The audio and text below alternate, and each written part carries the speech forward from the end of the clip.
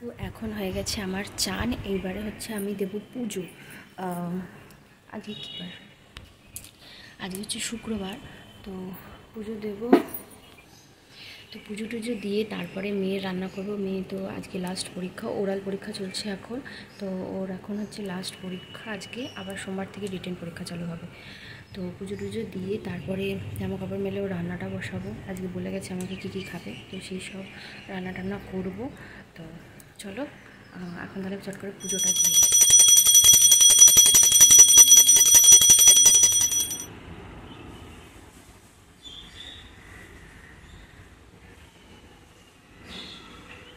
Hello বন্ধুরা, তো চলে এসেছি দুপুরের লাঞ্চ নিয়ে। দুপুরের লাঞ্চে আজকে একটা স্পেশাল মেনু রয়েছে, সেটা হচ্ছে তোমরা দেখেই বুঝতে পারছো যে কী হতে চলেছে। তো তারই প্রিপারেশন চলছে, তো ভাবলাম যে তোমাদের সাথেও একটু শেয়ারই করে নিই কী প্রিপারেশনটা চলছে। দেখো, এই আইটেমটা কিন্তু মা করবে, কারণ আমি এতটাও এখনও চোস্ত হইনি যে এই সব আইটেমগুলো আমি করতে পারবো। হ্যাঁ, দেখতে পারি, আমি ইউটিউবে দেখে দেখে করতে পারি, বাট মাকে বললাম যে তুমিই করো। তো সেই জন্য তার কিছু সরঞ্জাম আমি করে রাখছি আগে থেকে। যেমনি পটল ভেজে রাখবো। তো মা এখন গেছে চান করতে, চান টান করে এসে তারপরে মা বললো যে আমি করে দেবো, তুই শুধু পটলটা ভেজে রাখ। তো সেই জন্য আমি সেই কথা মতো আমি পটলগুলো সব ভেজে রাখবো। তারপরে মা মশলাটা করবে, মানে যেটা পুর ভরানো হবে। এখানে পুরে অনেকে অনেক কিছু দেয়, ছানা দেয়, সর্ষে দেয়, পোস্ত দেয়, বাট আমরা কিন্তু এগুলো কিছুই দিচ্ছি না। আমরা শুধু এই পটলের যে ভেতরের অংশটা সেইটা, তার মধ্যে কিছুটা আদা, আর যখন মশলাটা হবে তখন কাজু কিশমিশ দেওয়া হবে, ব্যাস, আর কিচ্ছু না। আর আলু সেদ্ধ দেওয়া হবে, আর কিছুই না, জাস্ট এইটুকু দিয়ে মশলাটা করা হবে। খুবই সিম্পলের ওপর রান্না হবে, ভীষণই সিম্পল, কারণ বেশি রিচ খাবার আমি খেতে পারবো না। তো সেই জন্য মা বললো যত ছানা, সর্ষে, পোস্ত, সর্ষে তো আমার একদমই খাওয়া বারণ, সেই জন্য কিছুই খেতে পারবো না বলে, সেই জন্য মা বললো যে ঠিক আছে থাক, নর্মাল সিম্পল রান্না খাওয়াটাই ভালো। তো সেই জন্য চলো আজকে প্রিপারেশনটা রেডি করা যাক।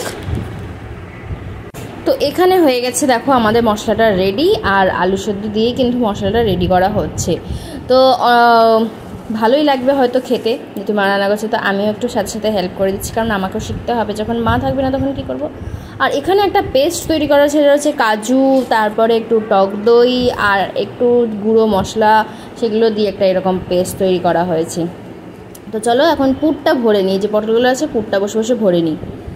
তো তার মধ্যে থেকে চলে এসে কিছু অনলাইনের জিনিস, কারণ এই জিনিসগুলো আমি অর্ডার করেছিলাম ঘরের জন্য, খুব দরকারি। সেটা হচ্ছে একটা নারকেল তেল, একটা কলিন, তারপর এই টমেটো, পেঁয়াজ, আর এই 3 রকমের বিস্কুট। একটা আমার মেয়ের টিফিনের জন্য, আর 2টো আমার জন্য, আর মেরিটা হচ্ছে আমার মেয়ে খায়। আর তো ফাইনালি রেডি হয়ে গেছে। তবে একটা জিনিস কি হাস্যকর বিষয়, যে যখন রেডি হয়ে গেছিলো তখন তোমাদের সাথে আমি শেয়ার করতে পারিনি, খাওয়ার পর তোমাদের সাথে আমি শেয়ার করছি। মানে হট করে আমার খেয়াল এলো, আরে আমি তো খেয়ে নিলাম, কিন্তু তোমাদের দেখালামই না কীরকম হয়েছে। তো এটা ভীষণ আমার কাছে, মানে এটা আমার প্রায় সময়ই হয় যখনই আমি ভিডিও করি কিছু ভালো। তো আমি প্রথমে মানে আমার খাওয়া হয়ে যায়, তারপর আমার মনে পড়ে যে আরে করাই তো হলো না। তো যাই হোক, এরকমই টাইপের দেখতে হয়েছিলো, এর থেকে সুন্দর দেখতে হয়েছিলো। মশলাগুলো সব নিয়ে নিয়েছি, তো কিছু করার নেই। তো তোমরা একটু প্লিজ করে নিও। আর এখানে পায়রাটা এসেছিলো খেতে, তো পায়রাটাই দেখো খেতে, আমি যেই ফোনটা দেখালাম ও উড়ে পালিয়ে গেল। তো চলো একদম খেয়ে দিয়ে একটু শুয়ে দিলে বিকালবেলা তোমাদের সাথে দেখা হচ্ছে। বিকালবেলা যাবো একটা জায়গায়, পার্কে।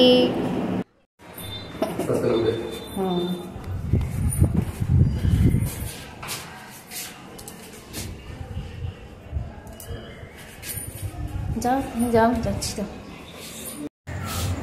তো এখন যাচ্ছি হচ্ছে আমরা পার্কে, পড়ছি পার্কে, অনেকদিন পর যাচ্ছি। তো চলো একটু যাওয়া যাক, ঘুরে আসা যাক। হ্যাঁ, গাড়ি চালানোটা শিখিয়েছো, আর অন্য কিছু তো শেখাও, কাজে দেবে। তো এই গাড়ি চালানো শেখার মাধ্যমে থেকে কোনটা রেস কোনটা লাইট। এখন পর্ণশ্রী পার্কে। তো চলো, ভেতরটা অনেকটা বড় পার্ক, তোমাদেরকে দেখাচ্ছি। চলো চলো চলো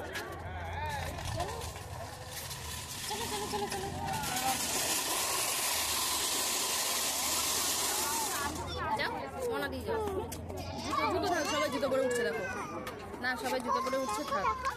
তো পর্ণশ্রী পার্কে এর আগে আমি অনেকবারই এসেছি, কিন্তু এবারে যেটা এসে দেখলাম, প্রায় এলাম 5 থেকে 6 মাস পর এই পার্কটাতে অনেক বড়। আমাদের বাড়ির পাশে একটা আছে, কিন্তু ওটা খুব ছোটো, ওটা তো শুধুমাত্র ওই স্লিপ আছে আর দোলনা আছে, আর কিছু সেরকম নেই। তো এইবারে পর্ণশ্রী পার্কে এসে এই নতুনত্ব একটা জিনিস দেখলাম, যেটা হচ্ছে পুরো জিম খুলেছে। বেসিক্যালি মেয়ে বলো ছেলে বলো, ওদের জন্য যারা 18 বছরের ঊর্ধ্বে, মানে 20 বছর বা 18 বছরের ঊর্ধ্বে, তাদের জন্য বেসিক্যালি এই জিম সেকশনটা খোলা হয়েছে, এবং কর্পোরেশন থেকে 2টো লোক আছে গাইড করার জন্য। তো ভীষণ ভালো লাগলো আমার এই জিনিসটা। আমি একটু স্টেবল হয়ে যাওয়ার পর আমি ভাবছি যে এখানে আসবো, দিলে একটুখানি এক্সারসাইজ করব, কারণ প্রত্যেকটা জিমের যে জিনিসগুলো দরকার হয় প্রত্যেকটা জিনিসই এখানে আছে। তো ভালো লাগবে। তো চলো। হ্যালো। মাথা ভর্তি তেল আর ঘর ভর্তি নোংরা নিয়ে এখন আমি ভিডিওটা করছি। এখন বাজে ঠিক 10:30, আর আমার ঘরে যে সিচুয়েশান আছে না, আমার নিজে পাগল লাগছে, এই জন্য মাথাটা একটু তেল দিলাম। কেমন লাগছে? তো যাই হোক, মাথাটা অনেক দিন বাদেই তেল দিয়েছি, প্রায় 5-6 দিন বাদেই চুলটাকে একটু খেতে দিলাম। না খেয়ে শুকিয়ে যাচ্ছে, তার জন্য একটু খেতেই দিলাম ওকে। তো যাই হোক, এখন আমার ঘরের অবস্থাটা যে সিচুয়েশানে রয়েছে সেটা দেখলে চাই না কে কী ভাববে, বাট আমার ঘরের সিচুয়েশানটা হচ্ছে এই। কারণ হচ্ছে লাইফে প্রবলেম যখন আসে না, তখন সব দিক থেকে একসাথে আসে। প্রথমত আমার ইউটিউবে একটা প্রবলেম দেখা দিচ্ছে, সেটা হচ্ছে জানি না কেন। ইউটিউব কোম্পানি, মানে ইউটিউবে যারা আছেন ব্যাকগ্রাউন্ডে, তারা কি মনে করছেন আমি জানি না। ভিডিওতে আমার যখন ভিউজ বাড়ছে, কিছুক্ষণ পর দেখি ভিউজটা কমে যাচ্ছে। How is possible? মানে আমি মনে করি, আমি জানি যতদূর, যে লোকে দেখাটা বাড়ায়, লোকে দেখছে, সেই দেখাটা কমে যাচ্ছে। মানে এটা কি হচ্ছে? কি হচ্ছে এটা? মানে যেখানে আমার একটা ভিডিওতে ছিল 500 সামথিং কিছু, 595 বা 600 এরকম ছিল, জাস্ট 5 মিনিট পর আমি যখন ভিডিওটা দেখলাম, রিপিটেড দেখলাম, তো ওটা নেমে চলে এলো 500 সামথিং কিছু, মানে 566 বা 64 এরকম নেমে এলো। তো 95 থেকে 66 কি করে নেমে আসতে পারে? মানে যেখানে 595 মানুষ দেখলো আমার ভিডিওটা, সেখান থেকে লোকের দেখাটা কি করে কমতে পারে? I don't know. আমি জানি না ইউটিউব এটা কী করছে। ফেসবুকে একটা প্রবলেম দেখা দিয়েছে, সেটা হচ্ছে ফেসবুকে আমার 2টো পেজ আছে। একটাতে আমার যেটা মেন প্রোফাইল, আরেকটা হচ্ছে যেটা জাস্ট নর্মালি আমি মানে এমনি এডিট মানে ক্রিয়েট করেছিলাম, সেটার সাথে আমার মেন প্রোফাইলের লিঙ্ক হয়ে গেছে, কোনোভাবে অ্যাটাচ হয়ে গেছে। তো অ্যাটাচ হওয়ার কারণে ওই মানে সেকেন্ড পেজটার আমার ইস্যু দিয়েছে কিছু সামথিং, সেটা পোস্ট করেছিলাম, তো সেটার ইস্যু দিয়েছে। সেই ইস্যুটা আমার ফেসবুকে মেন অ্যাকাউন্টে চলে এসে যাচ্ছেই না কিছুতে। তো ফাইনালি বাধ্য হয়ে আমি সেকেন্ড পেজটাকে আউট করে দিলাম, ডিলিটই করে দিলাম, তবুও যাচ্ছে না। তো সেখানে ওটা একটা মানে কি বলে ফ্রিজ হয়ে গেছে, এখানে ইউটিউব ফ্রিজ হয়ে গেছে, সব দিক থেকে ফ্রিজ হয়ে গেছে।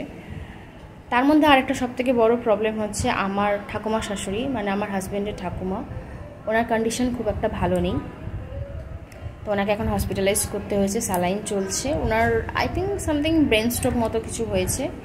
তো দুপুরবেলা খবর এসছে মা আর বাপি, মানে আমার শ্বশুর শাশুড়ি দুজনে চলে গেছে ওখানে। তো বর্তমানে এখন আমি, আমার হাজব্যান্ড আর আমার মেয়ে রয়েছি এখানে। আমরা যাব, সেটা হচ্ছে যদি ঠাকুমা দেখি কোনো সিরিয়াস কন্ডিশন আছে, এখন হসপিটালে ভর্তি আছে, যদি কোনো সিরিয়াস কন্ডিশন থাকে তাহলে অবশ্যই তো যেতেই হবে, কিছু করার নেই। তো যদি কিছু হয়েও যায় তাহলে তো যেতেই হবে, কিছু করার নেই। তো যাই হোক, তারপর মারা বেরিয়ে যাওয়ার পর আমরা একটু মনটা একটু রিল্যাক্স করার জন্য আমরা গেলাম একটু পার্কে, তোমরা সেটা দেখলেই। পার্ক থেকে ঘুরে আসার পর মেয়েকে খাইয়ে দাইয়ে ঘুম পাড়লাম। কালকে সোমবার, ওর এক্সাম আছে। তো এসে ভাতটা বসাবো, তো হাজব্যান্ড বললো যে বসাতে হবে না। তো উনি কী করবেন? উনি করবেন চিমনি সেট। চিমনি একটা আনা হয়েছে, চিমনি সেট করবেন। এখন তার প্রস্তুতি চলছে। মেয়েকে ঘুম পাড়াতে পাড়াতে আমি ডাকছি, কোথায় গেল, নেই। আমি হলরুমে এসে দেখলাম নেই, মানুষটাই নেই, কোথায় চলে গেছে, নিচে আছে। নিচে কী করছে জানি না। ওদিকে আমার মা বাবা আসছে, আমার একটা ফেভারিট জিনিস নিয়ে, সেটা তোমাদের সাথে আমি শেয়ার করবো। তো বর্তমানে আমার ঘরের অবস্থাটা তোমাদেরকে দেখাই, চলো।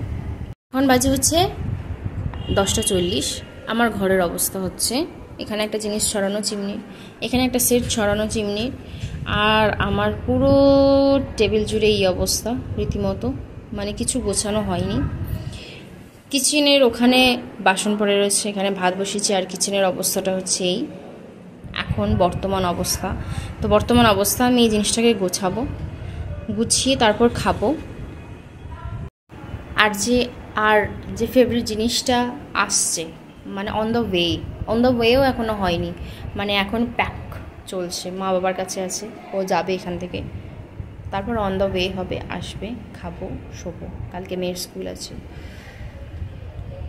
তো চলো জিনিসটা আসুক, খাবারটা আসুক, তারপর তোমাদের সাথে শেয়ার করছি। এখনকার মতো টাটা, বাই বাই। আপাতত এগুলো গুছিয়ে নিই, কারণ আমার মাথাটা ভীষণ খারাপ হয়ে আছে, কারণ এতদিন চারিদিকে ছড়ানো জিনিসগুলো না আমার জাস্ট অসহ্য লাগে, জাস্ট অসহ্য লাগে। তো চলো আমি গুছিয়ে নিই, টাটা। তো ফাইনালি অন দ্য ওয়ে থেকে ডেলিভারি হয়ে গেছে আমার প্রোডাক্টটা, মানে আমার খাবারটা। তো এই যে হচ্ছে খাবারটা। তো এইটাকে কি বলে বলো তো? আমরা তো মাছ পাতুরি বলি। এটা কিন্তু আমার ঠাম্মার হাতে ভীষণ ভীষণ ভীষণ ভীষণ ভীষণ ভালো লাগে। আমি তো অলরেডি নিয়ে নিয়েছি খানিকটা। আর এখানে রয়েছে একটু কচুর শাক, আর এইটা দিয়ে কিন্তু আমার খাওয়া হয়ে যাবে। এই যে পটলের দোরমাটা রয়েছে, ডাল রয়েছে। আজকের রাতের মেনু কিন্তু এই, কারণ যেহেতু মা নেই সেজন্য আর বেশি কিছু করিনি, আর ও সেরকম খুব একটা মাছ খেতে পছন্দ করে না, তো সেই জন্য আর মাছের কোনো তরকারি আমি করিনি। তো একটুখানি ডাল করে দিয়েছিলাম, ব্যাস। তো চলো, এই মাছ পাতুরিটা কিন্তু খেতে কিন্তু অসাধারণ হয়, একদম উনুনে রান্না হয়, কোনো গ্যাসে নয়। আর এখানে অনেক রকম মাছ আছে, ছোটো মাছ আছে, তেলাপিয়া মাছের ছোটো ছোটো আছে, একটু বড় মাছও আছে। তো সব রকম মাছ দিয়ে ঠাকুমা কিন্তু এই রান্নাটা আমার মানে খুব ভালো করে।